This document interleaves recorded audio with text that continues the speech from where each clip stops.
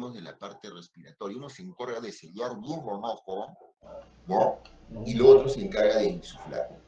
Si hay oportunidad en la ambulancia, hay que hacerlo así. Y otra cosa, fíjense qué es lo que está haciendo esta persona. Y su nombre no es difícil de deducir. Con la mano derecha está hundiendo la frente y con la mano izquierda está jalando el mentón. ¿Cómo se llama eso? Maniobra frente-mentón. ¿Y qué estoy consiguiendo con eso? Estoy consiguiendo horizontalizar la vía respiratoria, o sea, que el aire, y eso lo van a hacer ahorita ustedes, hagan la prueba en esta posición, respirar, tomen aire, y en esta posición tomen aire y dense cuenta en qué posición respiran mejor. ¿Por qué? Porque en esta posición lo que estoy haciendo es crear menos fricción, menos curvatura en la vía respiratoria. ¿Para qué? Para que cuando lo conecte a la máscara, el aire pase más fácilmente hacia los pulmones. ¿Y por qué tengo que sellar?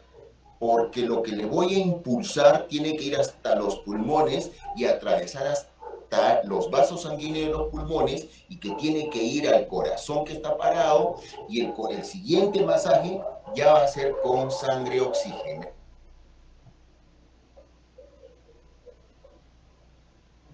Oxígeno. Idealmente tengo que buscar oxígeno. Mientras más tiempo pase en que no busque, no consiga una fuente de oxígeno y solo me la pasé dando masaje cardíaco e incluso esté solo, peores posibilidades de sobrevida de esa persona. Ahora con el COVID, en los hospitales hemos puesto estos dispositivos que son filtros, que tienen su importancia, porque cuando los conectamos a estos pacientes, aire también sale, ¿no? Por elasticidad, entra al pulmón y también el pulmón, obviamente, por elasticidad regresa y sale los millones de virus y se contaminaban estos ambús. Entonces, ¿qué teníamos que poner ahora? Filtros que son desechables. La persona que está a la cabeza cuando hacemos RCP avanzado va a intubar a la persona. Esta parte la paso rápidamente porque obviamente no estaríamos en un hospital y tampoco esto lo hace cualquier persona, lo hace un médico especializado. La idea es llegar acá, que son las cuerdas vocales, fíjense, tiene que tener esto que es como una linterna, pero que tiene una pala, ¿no es cierto? ¿Cómo se llama esto? Laringoscopio. ¿Para qué? Para introducir un tubo a la vía aérea para asegurar que el paciente esté intubado. Por eso se llama intubación orotraqueal. Ya está. Aquí, eso buscamos con eso. Aquí estamos introduciendo a través de esta cámara, estamos observando que el tubo ingresa a la vía respiratoria. Muy bien, y si tenemos oportunidad de desfibrilar, desfibrilamos a todos, la respuesta es que no, porque solamente dos tipos de ritmos son los que se desfibrilan, y esta parte la voy a pasar rápida porque es netamente técnica, de manejo médico. La primera es este desorden total en el trazado, que se llama fibrilación ventricular. Acá no se nota absolutamente nada, ¿no? Un médico no puede contar ni frecuencia, no puede reconocer las ondas, es un caos total. Ese es el primer tipo de ritmo que se llama fibrilación ventricular. El otro tipo de ritmo se llama taquicardia ventricular. El otro tipo de ritmo se llama actividad eléctrica sin pulso. Y este tipo es el más fácilmente reconocible, que es la sistolia. Acá está pip, pip, paro, ¿no es cierto? A lo que me refiero, lo que ven, presentan en la mayoría de las películas. Pero ¿por qué es importante de estos cuatro tipos de ritmos? Estos dos primeros, la fibrilación ventricular y la taquicardia ventricular, son los más frecuentes, son desfibrilables y son los de mejor pronóstico. Y estos 2 segundos, que es la actividad eléctrica sin pulso y la sistolia, son los peores de los peores. Por lo tanto, cuando vean ustedes un monitor y el paciente está en asistolia, o sea, en línea recta, eso es pésimo, pésimo, pésimo. ¿Ya? Otra cosa que debo decirles que no necesariamente es para que ustedes en algún momento lo vayan a aplicar, sino para conocimiento. De los 4 tipos de ritmos, pueden los 2, entre comillas, más buenos, pueden pasarse a ser malos y los malos pueden pasarse a ser buenos. cuando el médico reconoce eso y dice, ah, pucha, de lo que tenía de lo más bueno, si llevaba 15 minutos de RCP, me pasé a los más malos, ah, ¿y cuánto va de RCP? 15 minutos. Damos guantes y decimos, hasta acá. O sea, estos tipos de ritmos, que son los dos peores, que es la actividad eléctrica sin pulso y la sistolia, son indicativos incluso en algún momento de suspender RCP. Muy bien, este grafiquito que nos muestra que el masaje es para ambos tipos de ritmos. Y hay medicamentos que podemos utilizar en los centros hospitalarios, ¿no es cierto? Y si hay desfibrilador que lo podemos hacer en la calle, lo hacemos en estos ritmos de paro. Entonces, este fluxograma que nos muestra, lo primero reconocemos el paro. ¿Qué significa? La persona pierde la conciencia, no responde de llamado, señor, señor, lo sacudimos de los hombros, no reacciona, no responde, no respira o respira pésimo, ¿ya? Reconocemos que está en paro, ¿no es cierto? Avisamos al centro de emergencia, llamamos y empezamos a dar masaje. Ya en un hospital hacemos el resto, es decir, desfibrilamos, no desfibrilamos, o también incluso si estuviéramos, digamos, tuviéramos acceso al DEA, al desfibrilador automático externo, también la máquina nos puede ayudar a hacer la descarga. Ella solita nos va a decir qué hacer.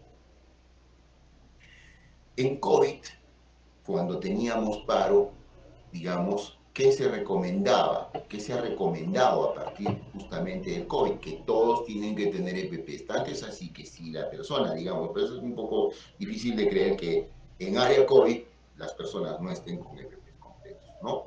Tendrían que haberlo estado. Entonces, pero la recomendación era que si no estaba, no se reinicia RCP, porque cuando nosotros hacemos RCP vamos a sacar aire en los pulmones y con ello millones de virus, cosa que se recomienda estar con el adecuado. Canalizar una vía ya es cosa difícil en un paciente con RCP. ¿Por qué? Como no fluye la sangre, entonces no hay pulso, las venas se colapsan, no hay por dónde reconocer. Entonces las enfermeras, los técnicos de enfermería sufren, no pueden canalizar una vía. Y entonces acá recurrimos a esta pistolita neumática que dispara un catéter metálico al hueso del paciente. Ya aquí estamos viendo en la foto que introdujo en la parte proximal de la tibia y tranquilamente por ahí. ¿Se necesita una vía en RCP avanzado? Por supuesto, porque necesitamos colocar medicamentos, sangre, etcétera, etcétera. Muy bien, esto ya prácticamente lo había mencionado, esos son los medicamentos. Esta parte, ¿por qué es importante reconocer? Porque cuando un paciente cae en paro, hay causas que lo llevaron al paro. Es decir, yo ya estoy haciendo mi masaje, ya lo llevé al hospital al paciente, ya lo entregué al médico, el médico continúa ahora. Yo que participé, que lo llevé desde la calle, desde la pista, desde la oficina, etcétera, al hospital, acompañé dando el masaje porque eso aprendí, ahora lo entrego al personal de salud y el personal de salud ya tiene que buscar las causas que probablemente lo han llevado al paro a este paciente. Entonces, dentro de esas causas, que si yo no corrijo esas causas, con un buen RCP avanzado lo saco al paciente del paro, pero a los segundos nuevamente entra en paro si es que no me doy cuenta que lo llevó al paro. Si es un accidentado de tránsito, por ejemplo, y veo que tiene moretones, de repente en el abdomen, o tiene fractura de costillas, veo de que de repente lo examino y puede haber sangre, puede haber colecciones de sangre internas, se fracturó el fémur, se fracturó la pierna, mejor dicho, digamos, ya la parte proximal del miembro inferior, se fracturó y se sale el hueso hacia afuera. Si yo no contengo esa sangre, si no corrijo eso que ha perdido, que lo llevó al paro, entonces lo saco del paro, entra en paro. ¿Cuáles son esas causas que se llaman reversibles del paro? La hipovolemia, cuando el paciente ha perdido sangre, por ejemplo, hace hipovolemia. O sea, estas son las 5 H's. H de hipovolemia. H de hipoxia, o sea que el paciente estuvo mucho tiempo sin oxígeno, porque no conseguí oxígeno en la ambulancia, porque no conseguí, y solo le di puro pasaje. empeoró el paro. Entonces, ¿qué tengo que hacer? Elevar el oxígeno. Elevar el oxígeno, ya estoy en un hospital, ya le hago RCP avanzado, tengo que oxigenar. Hidrogeniones viene de acidosis. Ya, esta es una situación, digamos, de bioquímica de su medio interno del paciente. ¿Por qué? Porque de pronto era un insuficiente renal crónico que se hacía hemodiálisis y ya los médicos tenemos que saber eso y decir, esta persona, ¿por qué? ¿De dónde lo han traído? Viene el familiar, sí, doctor, perdió la conciencia en la casa y ya los bomberos le han hecho RCP y lo entregan al hospital. ¿Qué enfermedades tiene el paciente? Se hace hemodiálisis, pero toda la semana no fue porque no había quien lo traiga, etc. O sea, vamos indagando las causas. Y si encontramos que esa persona tiene insuficiencia renal crónica porque se hemodializaba, pero no se le ha hecho, lo lógico que el médico dice, esta persona está con acidosis. O el potasio también, o está muy bajo o está muy alto, que tengo que diagnosticar. Para eso tengo que sacarle un poquito de sangre a ese paciente que esté en paro, no tiene pulso, ahí los médicos tenemos que también reconocer por anatomía cómo obtengo esa sangre, para ver si el paciente tiene la glucosa baja, cómo está el oxígeno, cómo está el potasio, si está alto y no corrijo eso, o está bajo y no corrijo eso, lo saco del paro, entra. O que el paciente haya estado expuesto a hipotermia, ¿no es cierto? Cayó de repente en agua helada, ¿no es cierto? Y como consecuencia de hipotermia hace paro, entonces, ¿qué cosa tengo que hacer? Abrigar al paciente, calentar, mantas térmicas. Incluso cuando estoy yo haciendo RCP, también tengo que abrigar a ese paciente. ¿Por qué? Porque como no está circulando adecuadamente la sangre, entonces esta persona está perdiendo temperatura. Y las test son cuando hace referencia a que esa persona o se ha intoxicado con algo, o sea, tóxicos, o un medicamento le ha caído mal, le ha hecho paro, ¿cierto? O que el corazón esté atrapado por sangre, eso se llama taponamiento, o puede ser sangre, o puede ser cualquier otro tipo de líquido por una enfermedad X, ¿ya? Que puede ser un cáncer, etcétera. Total que alrededor del corazón está con aire, o está, perdón, con sangre, o está con líquido y lo atrapa al corazón y no lo deja expandir. ¿Cómo se llama eso? Taponamiento. O una persona que sufre un accidente de tránsito, se rompe las costillas y las costillas son, digamos, punzantes, se comportan como si fueran objetos cortantes y como que poncha la llanta. El aire sale al espacio pleural, fíjense, esto que está en celeste es aire, este es el pulmón normal, y al pulmón lo ha arrinconado a un rinconcito, digamos, lo ha pegado ahí, y todo este es aire, este pulmón debería funcionar. ¿Cómo se llama eso? Neumotórax. Atención, que si no libero ese aire, sacándolo hacia afuera, este paciente sale del paro, entra en paro, sale del paro, entra en paro. Cuando hay una trombosis coronaria, un infarto de miocardio, de igual forma, o una trombosis pulmonar, que es un coágulo en el pulmón. Cuando se hace el RCP avanzado, debo colocar las palas adecuadamente. Ya cuando tengo el desfibrilador, debo colocarlas adecuadamente. Si tengo un DEA, el DEA me va a decir, o sea, el DEA, el desfibrilador automático externo, me va a decir dónde colocar eso. Porque si lo coloco mal, el impulso eléctrico también le va a descargar al corazón de mala forma. Fíjense la diferencia entre estas dos imágenes, entre lo correcto, que es cuando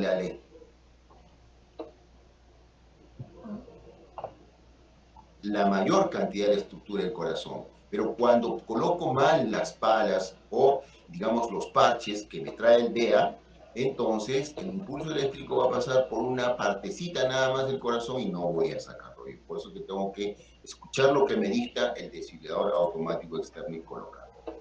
Y cuando lo saco al paciente del paro, cuando digo, ya esta persona ya está, ya dio efecto lo que estoy haciendo. ¿Cuándo me doy cuenta de eso? Cuando la persona ya tiene pulso. Por eso es que debo estar evaluando, digamos, cada 2 minutos y veo, ya tiene pulso. Y si de pronto la persona incluso empieza a recuperar la conciencia, ya salió del paro. Excelente. ¿Ya? O ya empieza a respirar espontáneamente. Perfecto. Ya lo saqué del paro. Y en el hospital ya con tecnología me doy cuenta de que saqué del paro al paciente cuando tengo determinados valores como presión arterial, esto en rojo es presión arterial, el paciente veo si está consumiendo, eso es ya bioquímica, ¿no? Entender de que el paciente esté eliminando CO2 producto del metabolismo del oxígeno de las células que ya están recibiendo oxígeno, ya están trabajando y ya están eliminando CO2. ¿Cómo se llama eso? Capnografía. Entonces, en un hospital como el nuestro, por ejemplo, nuestros monitores ya nos dicen, la capnografía está dictando un CO2 de tanto. Y con el conocimiento decimos, ya, eso significa que ya sus células ya están trabajando o están recibiendo adecuadamente oxígeno a través del RCP. Por lo tanto, si pasa un nivel, ya lo saqué también del paro. O sea, en un hospital con tecnología voy a darme cuenta que el paciente salió del paro. Y en la calle voy a darme cuenta cuando el paciente tiene pulso, ¿no es cierto? Empieza a respirar espontáneamente y empieza a reaccionar. ¿Y cuándo suspendo las maniobras de RCP? Cuando el paciente pues no tenía, no estaba en un paro, era de repente un desmayo, o de repente una bajada de presión, ¿no? Cae, o sea, temporalmente no le sube sangre al cerebro porque se paró muy bruscamente, y hay algunas personas que tienen eso, porque nosotros a nivel de acá de las arterias carótidas tenemos unos sensores, unos detectores de presión. Si nosotros nos paráramos rápidamente de la silla, rápidamente, ¿qué hacen ellos? Cierra el caño. ¿Para qué? Para que la sangre no se baje del cerebro. Pero en algunas personas tienen un poco de falla en eso. Y entonces, en el momento en que se paran, de que están de cuclillas, un buen momento, se paran rápido, sienten que se van a caer. ¿Por qué? Porque sus detectores empezaron a fallar. Entonces, no estaba en paro, simplemente fue que esa persona se desmayó porque la sangre no le funcionaron sus sensores y la sangre se bajó del cerebro y ¡pum! Cayó. Y no es paro, porque tiene pulso, porque está respirando.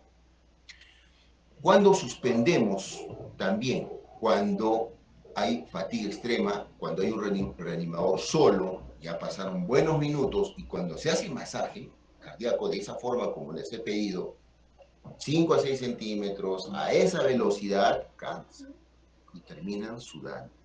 ¿Cuánto tiempo idealmente una persona debe dar masaje y luego entrar otra persona? 2 minutos. Eso se llama un ciclo. 2 minutos. Entra otra persona a esa misma velocidad, 2 minutos, para dar correctamente. Pero si estuviera una persona y le da un ciclo de 2, no hay ayuda, no viene nadie, y sigo otro ciclo de 2, no viene nadie, no hay ayuda, un ciclo de 3, ya esa persona va a empezar a cansarse, va a empezar a doblar los brazos y va a empezar a dar mal masaje. Y si no sigue llegando ayuda, se suspende la frecuencia. El tipo de arritmia en el monitor, lo que les decía, tenía los dos tipos de ritmos que son, entre comillas, los más buenos, y se convierte, digamos, en asistolia. A mí miro eso, detecto eso y pum, suspendo de RCP. La edad del paciente, cuando un paciente, por ejemplo, es muy adulto, 95 años, además tiene cáncer de próstata, además ese cáncer se ha diseminado a los pulmones, se ha ido a los huesos, el viejito está postrado nomás y hace paro, no vamos a reanimar en ese caso, ¿no es cierto? No se reanima.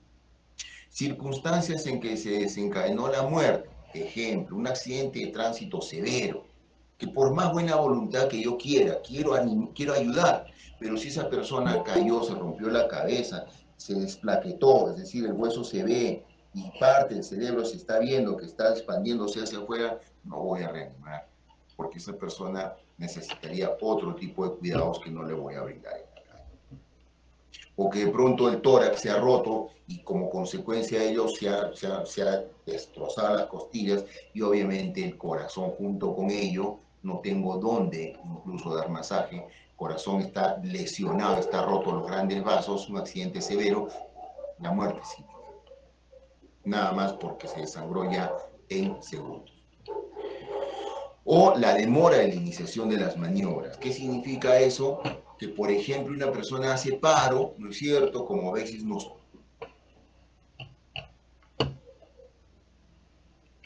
Por ejemplo, en Hunter, perdió la conciencia, llamaron, pidieron, primero que se demoraron en atenderlo al paciente, porque escucharon un pum, se cayó, y algo ha sonado, y ya pasaron 5 minutos. Van, era mi papá, se cayó al piso, y ya desde que cayó, debo asumir que perdió la conciencia.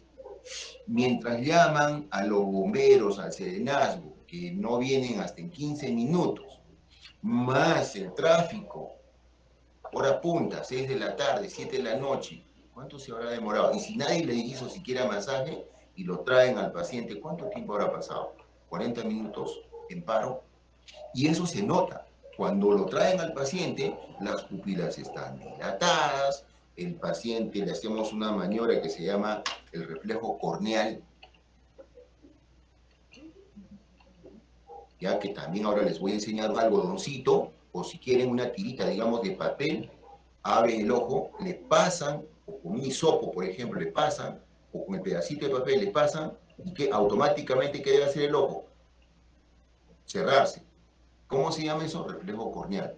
Pero si yo hago eso, incluso le paso a mi dedo, y no hace eso, eso me está diciendo que ya el cerebro está lesionadazo, porque ya el paciente estuvo demasiado tiempo sin oxígeno. Entonces, ¿de dónde lo traen? De Hunter. ¿A qué hora perdió la conciencia? Bueno, pasó más de 30 minutos, allá no vamos.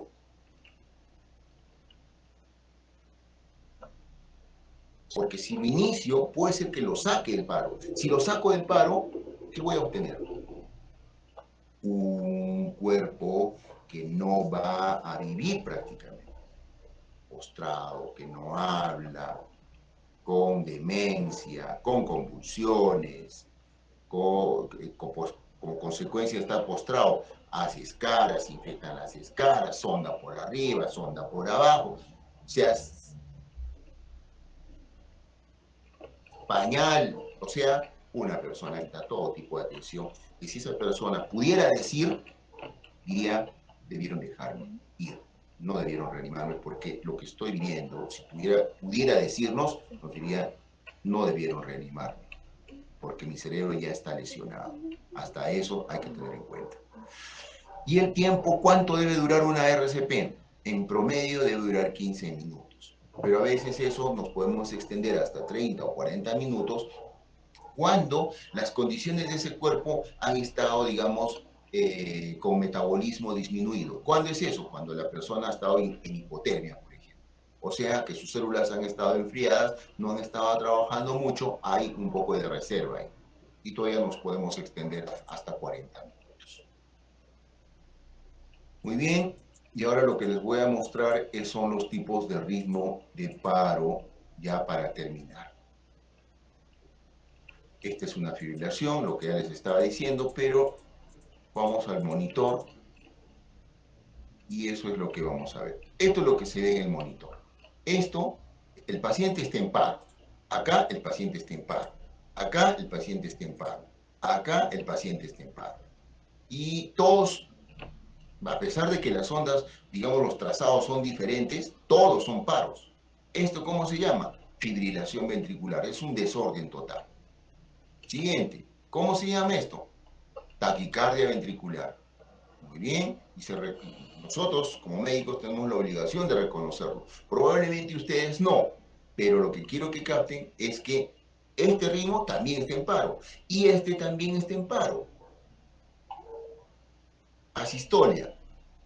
Y acá todavía más notorio. Impulso y asistolia.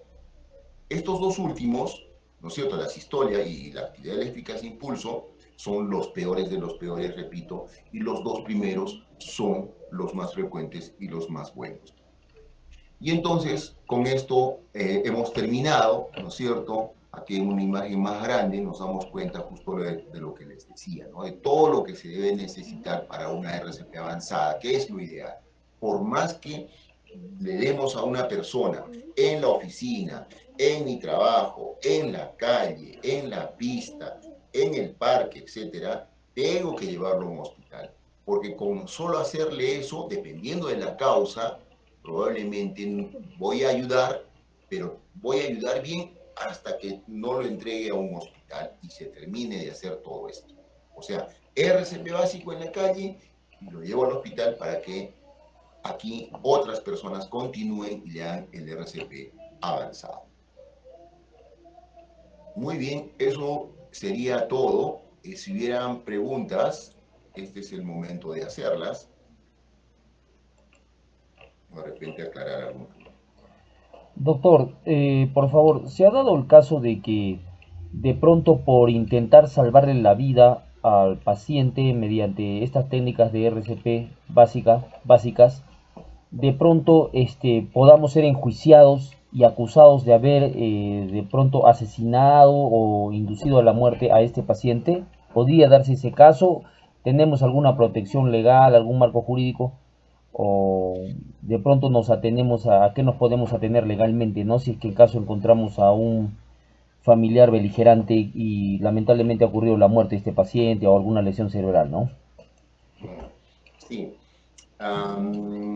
En el hospital estamos nosotros protegidos con lo que se llama el consentimiento informado.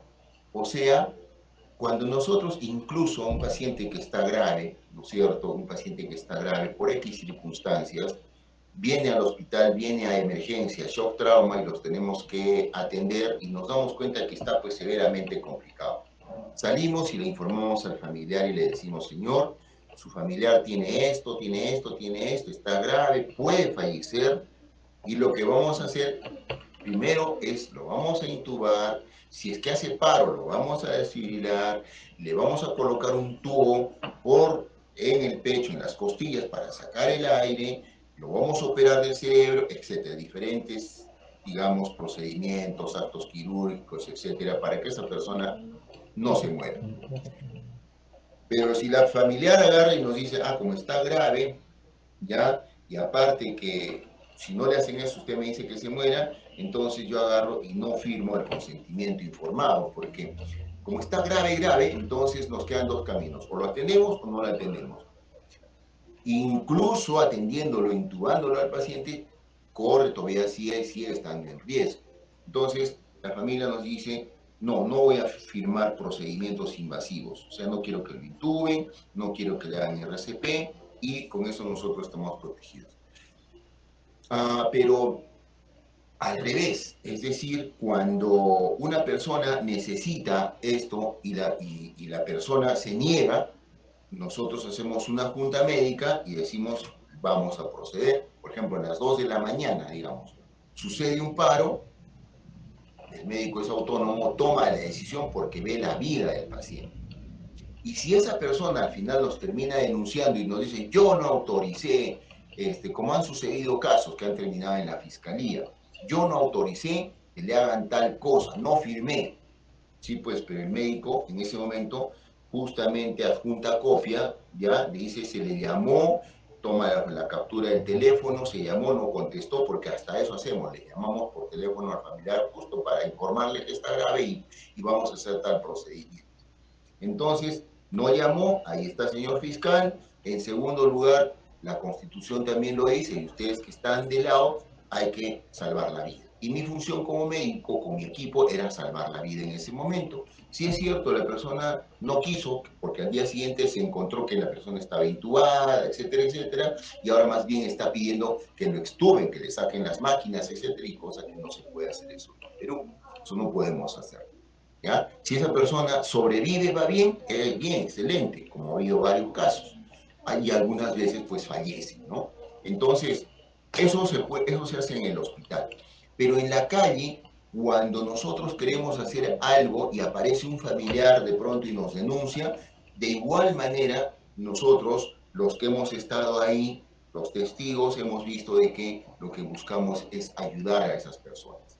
Ayudar, la hemos llevado al hospital, en el hospital el médico nos toma el dato, quién lo ha traído, qué le han hecho, etcétera, como a veces hacemos con los bomberos, con el serenazgo, su nombre, desde cuánto tiempo lo han atendido, desde qué distrito lo traen, qué le han hecho, etcétera. Porque justamente si esa persona fallece, de pronto va a terminar en necropsia y de pronto pues es necesario investigar. Por eso es que todos esos detalles tienen que estar descritos en la historia clínica en un hospital. Y en la calle lo que tenemos que hacer es terminar en un hospital, entregar a esos pacientes para completar el RCP avanzado.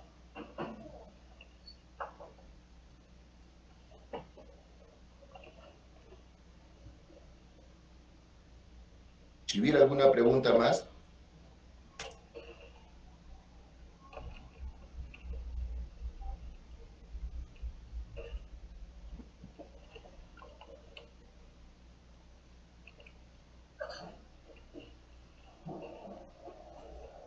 Muy bien, licenciado Rommel. Creo que no hay más preguntas. Con ello hemos concluido esta práctica, digamos, de RCP básico y avanzado. Muchas gracias, doctor. Realmente, doctor Ángel Arturo, realmente nos damos cuenta que usted tiene mucha vocación de servicio, se nota en su exposición el espíritu, el corazón que le pone y esa buena vibración y energía de servicio, ese don de servicio hacia la humanidad, se nota a leguas. Por otro lado, felicitarlo por esa ponencia, agradecer a todos nuestros participantes por, digamos, su confianza en el servicio que ofrecemos como Grupo SI Consultores. Doctor, Dios mediante, le vamos a estar invitando seguramente a nuevas exposiciones. Esperamos que sigamos teniendo el honor de contar con usted.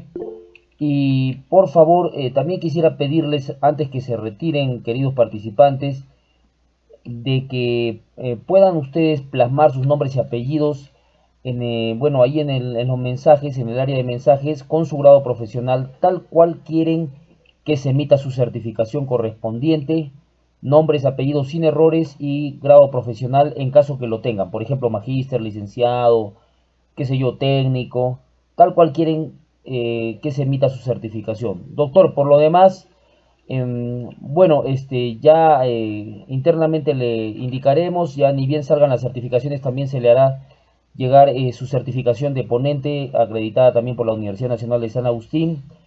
Y por menores ya se los hemos hecho llegar por WhatsApp, doctor. Un abrazo gigante, le vamos a hacer llegar el material virtual a todos los participantes, independientemente que si hoy día o las demás reuniones han podido no estar presentes aquí. En todo ese material virtual se lo mandamos por WhatsApp. Y las personas que no han podido también acudir, igual se los vamos a enviar. Y le vamos a hacer llegar una hoja resumen para que puedan ustedes plasmar, digamos, de forma concreta y resumida todo lo que, valga la redundancia, todo lo que han podido captar, las ideas principales de estas sesiones. Doctor, muchísimas gracias. Brillante exposición, un abrazo gigante para usted y para todos nuestros participantes. Lluvia de bendiciones para todos. Muchas gracias, doctor. Muchas gracias, licenciado. Muchas gracias. Buenas noches. Buenas noches.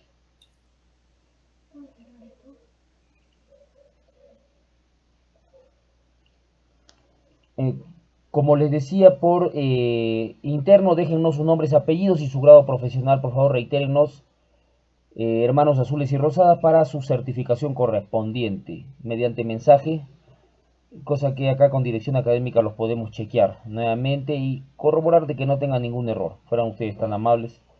Muchas gracias.